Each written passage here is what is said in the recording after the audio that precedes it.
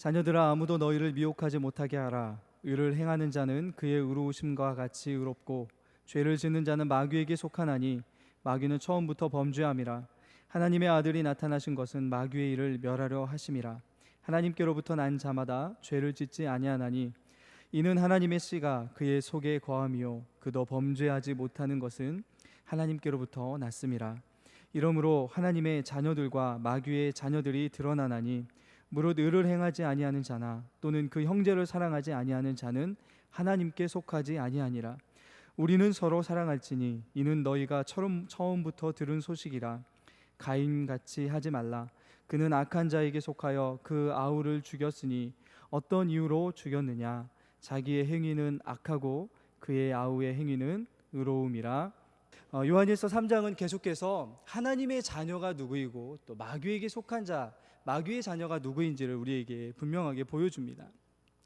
그래서 그리스도인들은 다른 어떤 것들로 특징 지어지는 것보다도, 다른 어떤 것보다도 하나님의 사랑을 바라보고 사는 이들이 그리스도인이다라고 분명하게 말씀합니다.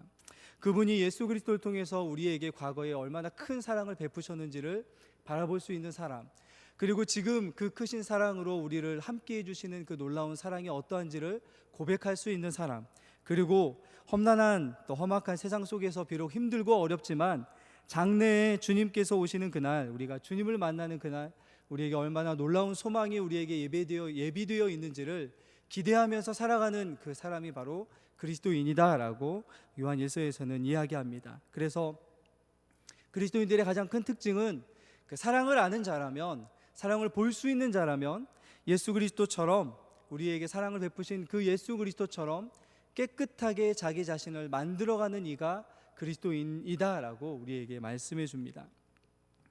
오늘 저희가 읽은 요한일서 3장 7절에서 12절 말씀, 이 본문에서는 깨끗함이라는 그 그리스도인들을 특징 짓는 그 특징과 함께 오늘 새로운 그 특징을 하나 이야기하는데요, 예수님처럼 하나님의 자녀들도 의롭게 되어야 된다라고 말씀합니다. 예수님이 의로우신 것처럼 우리도 그분의 자녀라면 우리도 의로워져야 된다라고 말씀합니다. 우리도 의로운 삶을 살라고 말씀합니다.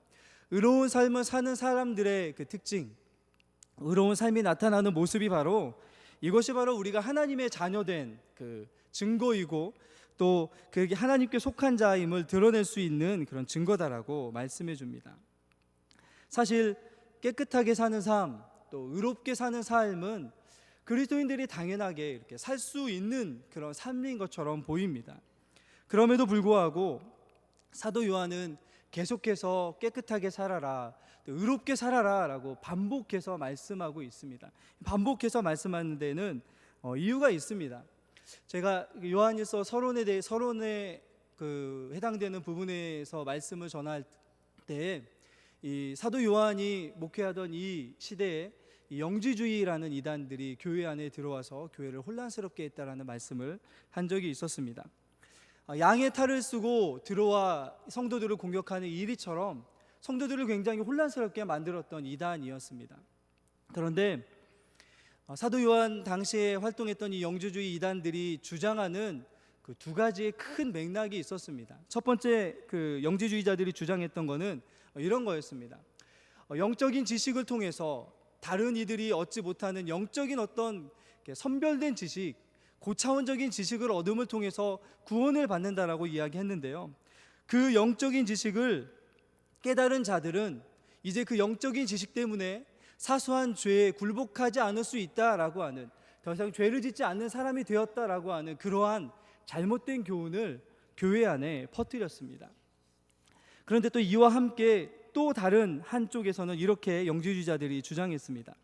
우리가 이런 영적인 지식을 깨달았으니 이제 우리가 신적인 존재가 되어서 죄가 더 이상 우리에게 영향을 끼칠 수 없게 되었다. 그러니 우리가 어떤 일을 하든 우리가 그것이 우리에게 범죄가 되지 않는다라고, 우리 육체에는 그 죄에 영향받지 않는다라고 하는 영적인 방종을 가르치는 이들도 있었다고 합니다. 이러한 것은 요즘에 좀 우리 주변에 있는 구원파라는 이단과 좀 비슷한 것 같습니다.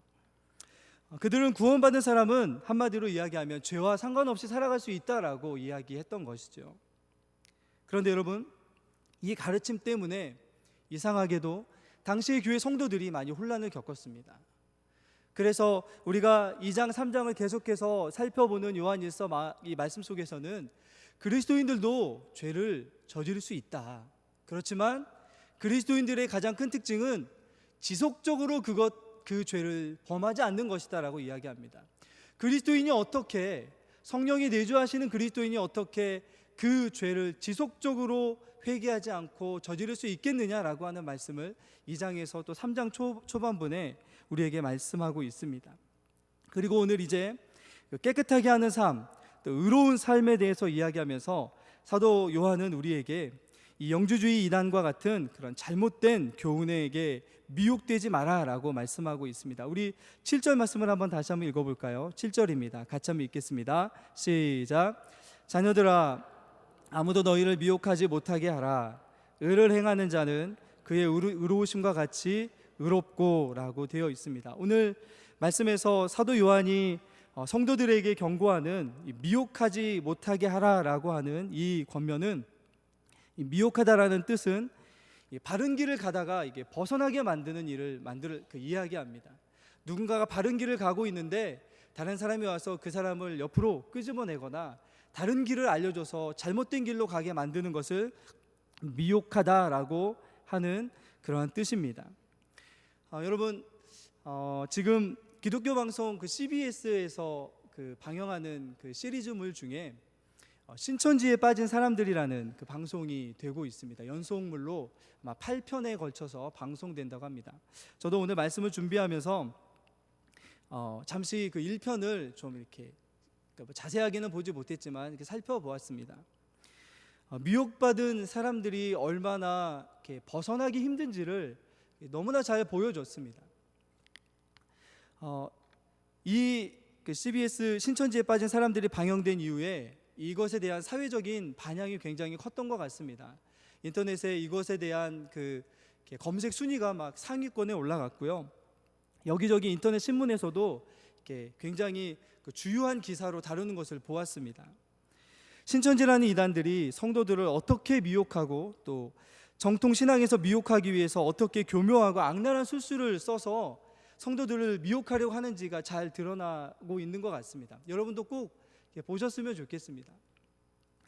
그리스도의 몸된 교회는 사실은 2000년 전 초대교회나 또 지금의 교회나 언제나 이렇게 우리를 미혹하려고 하는 사단의 공격에 노출되어 있습니다.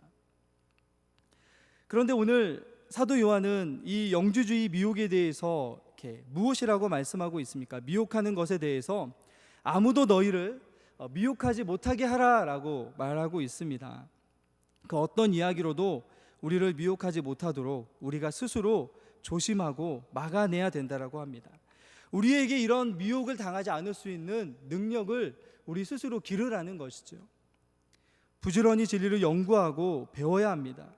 우리 스스로 미혹받지 않을 수 있는 능력을 키워나가야 됩니다. 여러분, 우리의 성향들 가운데 특별히 우리는 죄에 대한 말 듣기를 싫어합니다. 이 죄라는 단어 듣는 것을 부담스러워하는 경향들이 우리에게 있습니다. 죄라는 언어가 주는 반감이 크기 때문에 죄를 이야기하면 회피하려 하고 그것을 듣지 않으려고 하는 사실은 본성적인 성향이 우리에게 있습니다. 그런데 사단은 그것을 너무나 잘 알고 있습니다. 그래서 죄에게서 회피하려는 우리 성향을 이용해서 죄에 대해서 민감하지 못하게 만드는 것이 사단의 우리를 공격하는 방법입니다. 그런데 사도 요한은 우리에게 오늘 말씀하는 것이요, 지속적인 범죄함을 멈추지 않거나 그것에서 되돌이키지 않는 사람이 만약에 있다면 그 사람은 하나님께 속한 자가 아닐 것이다 라고 말씀하고 있는 것이죠. 그리고 이제 이와 반대로 이제 오늘 말씀으로 돌아가면요, 깨끗함, 또 의로움이라는 주제를 이야기하고 있습니다. 그런데 여러분, 오늘 우리가 한 가지 보아야 되는 것은 사도가 그리스도인들에게 나타나야 되는 의로움, 또 깨끗함에 대해서 이야기하는데요, 다른 주제를 이야기합니다. 우리 10절 말씀입니다. 10절 말씀을 한 번만 더 읽어볼까요? 같이 읽겠습니다. 시작. 이러므로 하나님의 자녀들과 마귀의 자녀들이 드러나나니 무릇 의를 행하지 아니하는 자나 또는 그 형제를 사랑하지 아니하는 자는 하나님께 속하지 아니하니라. 아멘. 의롭지 못한 자, 또 깨끗하지 못한 자, 다른 말로 하면 오늘 말씀에서 보면 하나님께 속하지 아니하고 마귀에게 속한 자가 누구인가에 대해서 분명하게 말씀해 줍니다. 앞부분에 보면 의를 행하지 아니하는 자가 마귀에게 속한 자다라고 이야기하는데요. 그런데 그 뒤에 있는 말씀을 한번 보십시오. 또는 그 형제를 사랑하지 아니하는 자는 하나님께 속하지 아니하였다라고 되어 있습니다. 의를 행하지 아니하는 자가 있고요, 형제를 사랑하지 아니하는 자가 있습니다. 다른 이야기를 하는 것처럼 보이지만 똑같이 둘 중에 하나를 행하지 아니하면 하나님의 자녀가 아니다라고 이야기합니다. 그렇다면 이 둘은 사실은 다른 이야기를 하고 있는 것이 아니라 같은 이야기를 하고 있는 것입니다. 의롭지 못함이 우리의 삶에서 어떻게 드러나냐면 형제를 사랑하지 못하는 걸로 드러난다는 것이죠.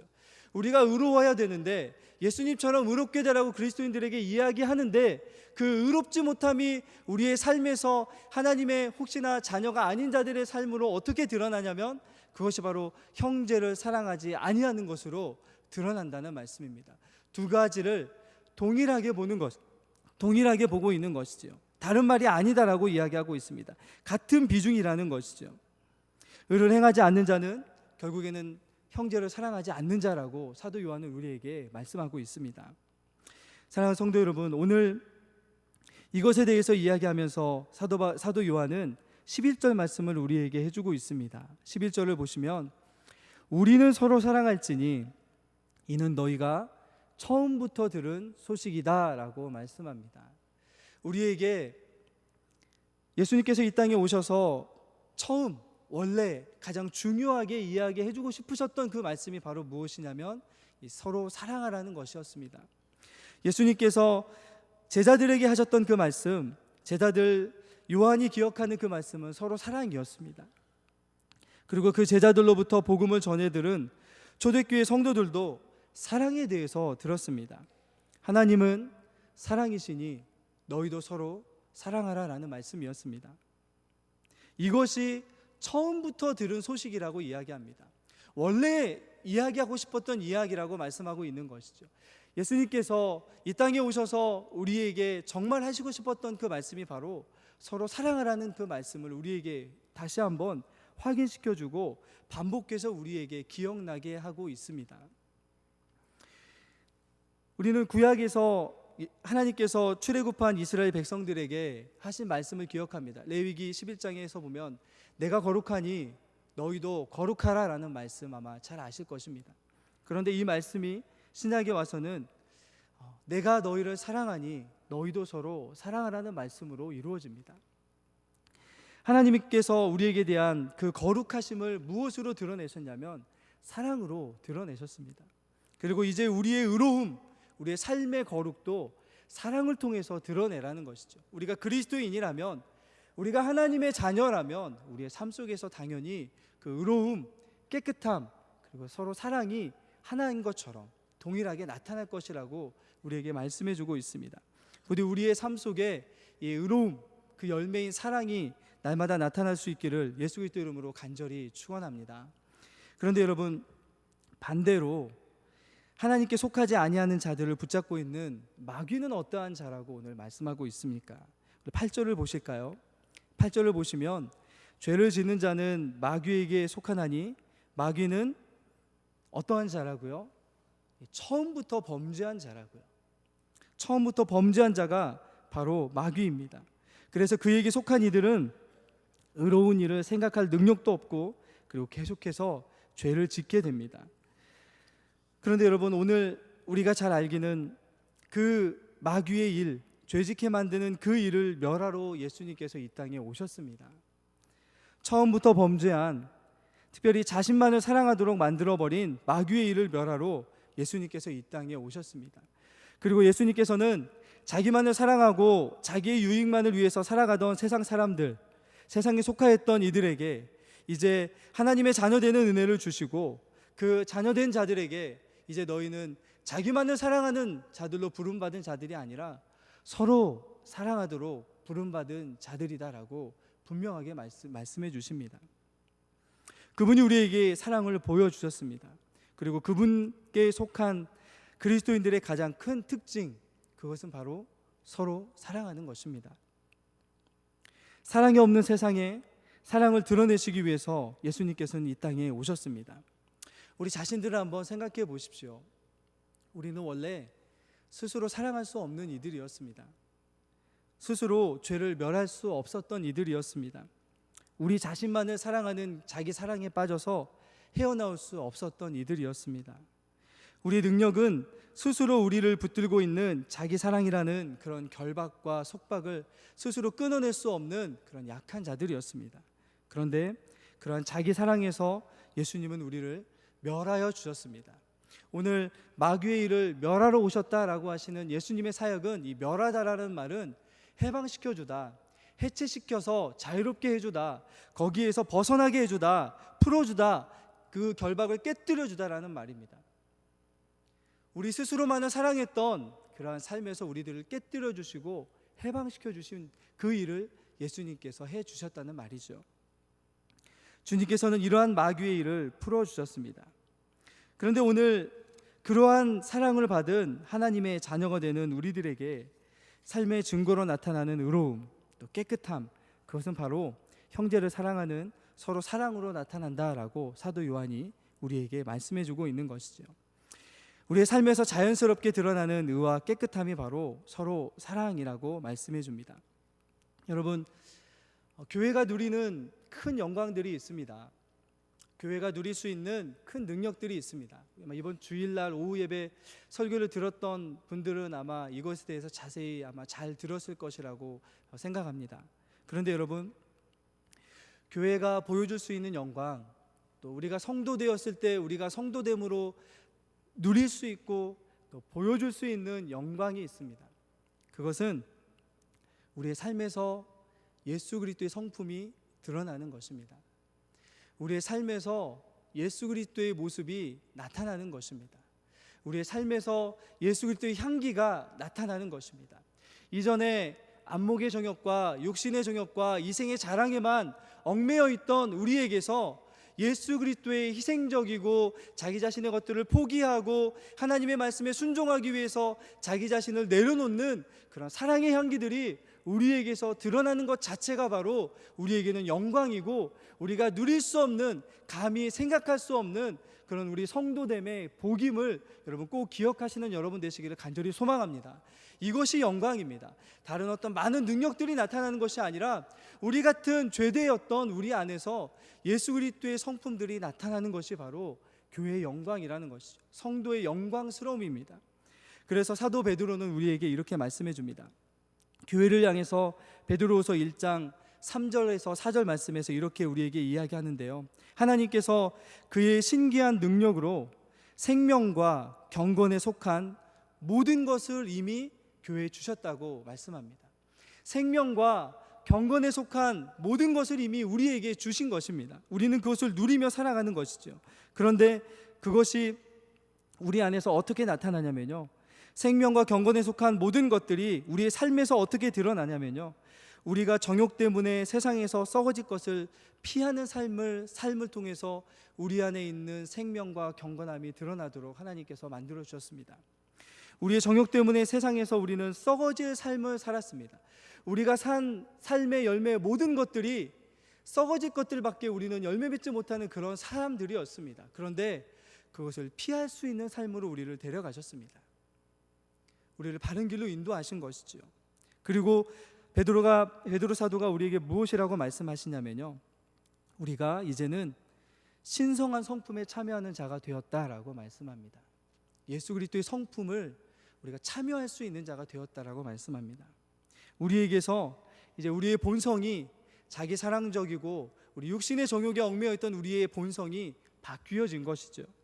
예수 그리스도께서 하나님의 사랑을 드러내시기 위해서 그분의 말씀에 의롭게 순종하신 것과 같은 의로움이 우리에게서 드러납니다.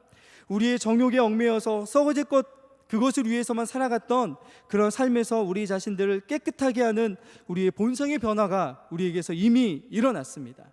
그리고 그 본성 안에서 나타나는 구체적이고 분명한 열매이고 결과가 무엇이라고 말씀하냐면 그것이 바로 서로 사랑이다라고 말씀하고 있는 것이죠.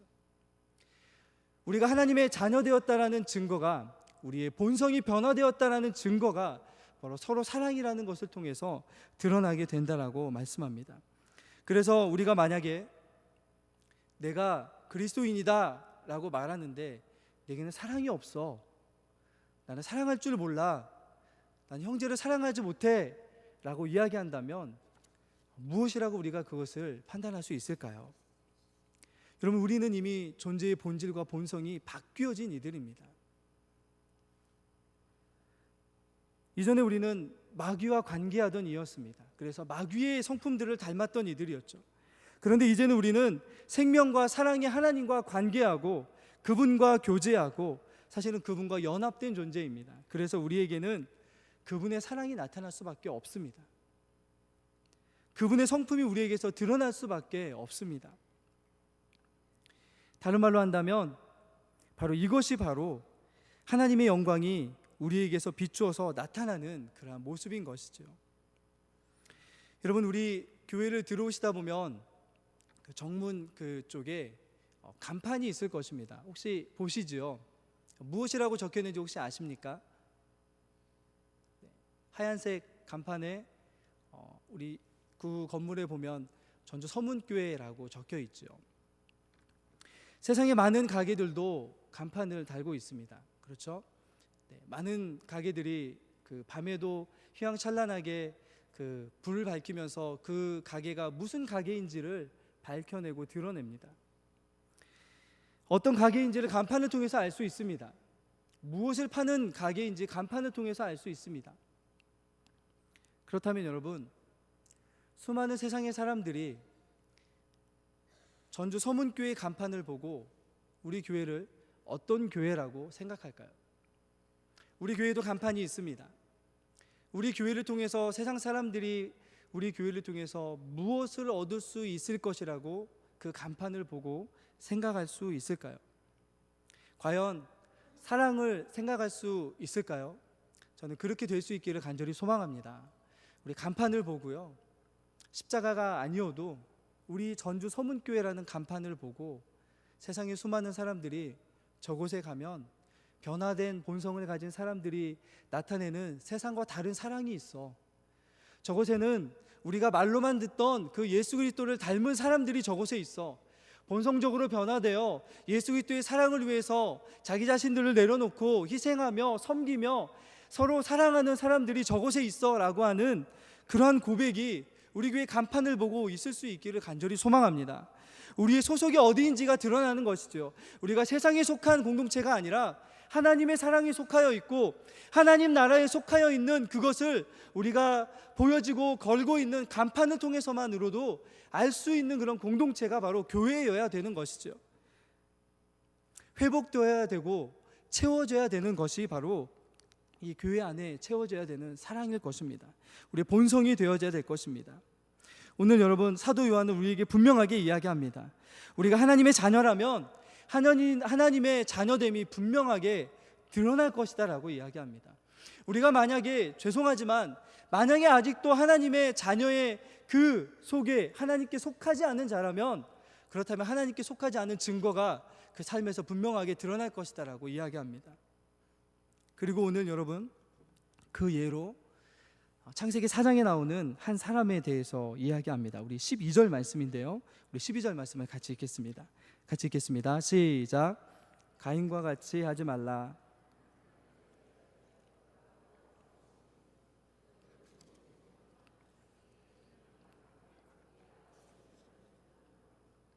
창세기 4장의 최초의 살인자로 나오는 가인에 대해서, 가인을 오늘 예로 들어서 하나님의 자녀가 누구이고 하나님께 속하지 않은 자가 누구인지를 오늘 예를 들어서 설명해 주고 있습니다. 그런데 여러분, 한마디로 이렇게 이야기합니다. 사도 요한은 사랑하는 성도들을 향해서 가인과 같이 하지 말아야 된다라고 이야기합니다. 이 말뜻은 무엇입니까? 너희가, 성도들이 가인과 같이도 될 수 있다라는 말이죠. 그렇게 될 수도 있으니까 조심하라는 말이죠. 그런데 무엇 때문에 그렇게 이야기하고 있습니까? 여러분, 가인은 어떠한 인물이었습니까? 가인은, 여러분이 알고 있는 가인은 어떠한 인물이었습니까? 제가 이야기한 것처럼 최초의 살인자만은 사실은 아니었습니다. 여러분, 창세기 4장을 보시면 가인도 하나님과 대화하던 사람이었습니다. 가인도 하나님께 예배하고 제사 드릴 수 있었던 사람이었습니다. 하나님에게서 그렇게 완전히 멀어진 죄인은 아니었습니다. 그런데 여러분, 그가 어떻게 악한 자에 속한 자로 판정받고 그가 어떻게 악한 일을 저질렀습니까? 그는 하나님께 속한 자가 아니라 악한 자에게 속한 자라는 것을 그 삶을 통해서 스스로 드러내었던 사람이었습니다. 그가 행한 악이 무엇이었습니까? 그는 아우를 죽였습니다. 최초의 살인을 저지른 것이죠. 그런데 여러분, 그가 아우 아벨을 죽인 이유에 대해서 오늘 말씀에서 무엇이라고 이야기합니까? 후반부에 보면 12절의 후반부에 보면 자기의 행위는 악하고 그의 아우 아벨의 행위는 의로움이라 라고 되어 있습니다. 여러분, 우리 말씀에는 그의 아우라고 되어 있는데 원문에 보면 그의 형제라고 되어 있습니다. 서로 사랑하라고 하는 형제 사랑에 대해서 이야기하면서 지금 형제를 죽인 가인에 대해서 이야기하고 있습니다. 자기 형제를 살인한 자입니다. 가인은 자신의 행동을 통해서 스스로 악한 자라는 것을 드러냈습니다. 자기 행위는 악하고 아벨의 행위가 의로웠다는 것을 가인은 너무나 잘 알고 있었습니다. 하나님이 그것이 악이라고 분명히 알려주었습니다. 그런데도 가인은 아벨의 의로움을 참을 수가 없었습니다. 자신의 행위는 악하다는 것, 그리고 악하다고 규정받은 것, 그리고 아벨은 의롭고 의롭다고 하나님께 규정받은 것에 대해서 참아낼 수가 없었습니다. 자신과 다르게 의로운 아벨에 대해서 시기하고 질투하고 증오하다가 결국에는 살해하는 데까지 이르는 사람이 가인이었습니다. 이 삶의 모습 자체가 그가 하나님의 자녀가 아니었다는, 하나님께 속하지 아니었다는 것을 스스로 드러냈다는 것이죠. 형제를 사랑하지 못하는 그 모습 자체가 그가 하나님께 속한 자가 아니었다는 것을 스스로 드러냈다는 것을 오늘 가인을 통해서 우리에게 보여주고 싶었던 것입니다. 중요한 것은 여러분, 가인의 일탈이 형제를 사랑하지 못함에게서 처음에 시작되지 않았다는 사실입니다. 그가 처음에 그가 행한 행위가 악하다라고 하나님께 규정받았던 것은 형제를 미워한 것이 아니고요, 하나님께 잘못된 제사를 드렸던 것에서 출발합니다. 그는 형제에게 먼저 악을 행했던 사람이 아니고요, 하나님께 먼저 악을 행했던 사람이었습니다. 잘못된 제사를 드리자 하나님께서 무엇이라고 말씀합니까? 아벨에게 대한 미움이 가인에게서 싹텄습니다. 그때 하나님께서 나타나셔서 가인아, 네 안에 있는 죄를 내가 본다. 그런데 네가 분노하고 네가 지금 미워하는 이유가 무엇이냐? 네가 선을 행하였다면 이럴 수 있겠느냐? 이런 내가 너를 악하다라고 얘기할 수 있었겠느냐라고 하면서 가인의 이러한 이전의 행동이 선이 아니라 악하다라는 것을 분명하게 말씀해 줍니다. 하나님께서는 가인의 마음을 다 아시고 계셨습니다. 그 마음속에 있는 것이 선이 아니라고 하는 것을 말씀하셨고 경고하시고 돌이키라고 말씀하셨습니다. 그리고 죄에게서 지배당하지 말고 죄를 오히려 다스리고 죄에게서 승리하라고 말씀하십니다. 그런데 여러분, 결과가 어떻게 나타났습니까? 하나님께 잘못된 악을 행하던 가인은 결국에는 그 형제에게도 잘못된 모습이 나타났습니다. 그리고 그 형제에게 잘못된 모습을 통해서 사실은 그가 하나님께 속하지 않았다는 것이 드러났던 것이죠. 여러분, 우리에게는 이것을 어떻게 적용할 수 있을까요? 성도된 우리에게 과연 어떻게 이것을 적용할 수 있을까를 좀 고민해 보았습니다. 우리에게서 나타나는 형제에게 대한 사랑이 없음이 있을 수 있습니다. 그런데 이것은 결국에는 하나님께 대한 잘못에서부터 출발합니다. 우리가 만약에 형제를 사랑하고 있지 못하다면 그것은 우리 안에 하나님과의 관계가 잘못되었기 때문입니다. 가인이 그러했던 것처럼 하나님과의 올바른 예배의 관계가, 하나님과의 올바른 관계가 서지 못하자 그 안에 그것 때문에 미움과 시기와 증오가 커졌고 결국에는 살인하는 데까지 이르게 되는 것을 보게 됩니다. 우리 안에 과연 어떠한 우리 형제를 향한 마음들이 있는지 모르겠습니다. 과연 우리 안에는 우리에게 형제로 우리에게 보내주신 사랑하는 성도들을 향해서 어떠한 마음이 우리에게 있는지 모르겠습니다. 형제에게 대한 미움, 질투, 사실은 하나님께서 악이라고 규정한 그것들은 사실은 우리가 하나님과 올바른 관계로 서지 못하고 있다는 증거가 되는 것이지요. 사랑하는 성도 여러분, 서로 사랑하는 명령은 세상이 준 명령이 아닙니다. 서로 사랑하라는 명령은 구원받은 우리에게만 주신 명령입니다. 11절 말씀에 보면 우리는 서로 사랑해야 된다라고 말씀하고 있습니다. 우리는이 누구입니까? 세상 사람이 아닙니다. 하나님의 그 풍성하신 사랑을 받은 우리는 서로 사랑해야 된다는 것이죠. 그것이 처음부터 우리에게 들려주고 싶으셨던 하나님의 말씀이었고 예수 그리스도의 소원이었습니다.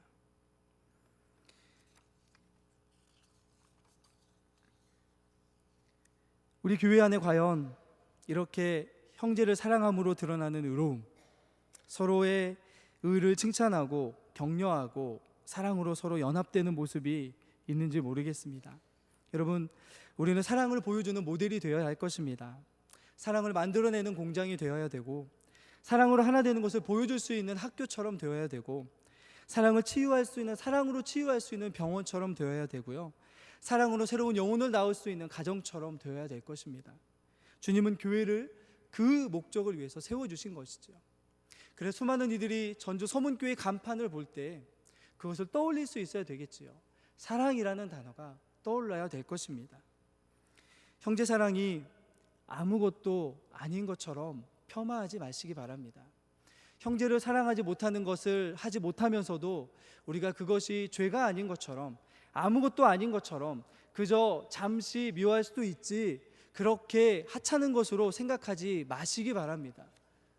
자칫 형제사랑은 우리가 하나님과의 관계가 잘못되었다는 것을 드러내는 증거가 될 수 있기 때문입니다. 말씀을 마치도록 하겠습니다. 여러분, 하나님이 우리 안에 거하심으로 우리는 본성적으로 변화된, 새롭게 창조된 이들이 되었습니다. 하나님은 우리 안에 삶을 통해서 하나님의 형상이 분명하게 우리의 삶에 드러나기를 소원하십니다. 그리고 성령께서 우리와 함께 하실 때 우리 안에 하나님의 형상이 드러납니다. 우리 신앙의 연수가 많아지고 우리가 하나님과 바른 관계에서 더욱 그분과 보내는 시간이 많아질수록 우리에게서는 하나님의 사랑이라는 그 영광스러운 모습이 우리의 삶을 통해서 나타나지게 됩니다. 여러분, 40일 동안 시내산에서 하나님과 만나고 돌아온 모세의 영광이 얼마나 컸는지, 그 영광을 보지 못해서 수건으로 가려달라는 부탁을 하는 이스라엘 백성들을 여러분 아실 것입니다. 그러나 여러분, 모세는 하나님과 대면했을 때 그 하나님의 영광을 40일 동안 대면했을 때 그 영광을 드러냈다면 우리 안에는 하나님께서 계십니다. 오늘 말씀에서 하나님의 씨가 우리에게 계신다고 말씀합니다. 성령이 우리 안에 내주하십니다. 대면하는 정도가 아닙니다. 성령이 우리 안에 계십니다.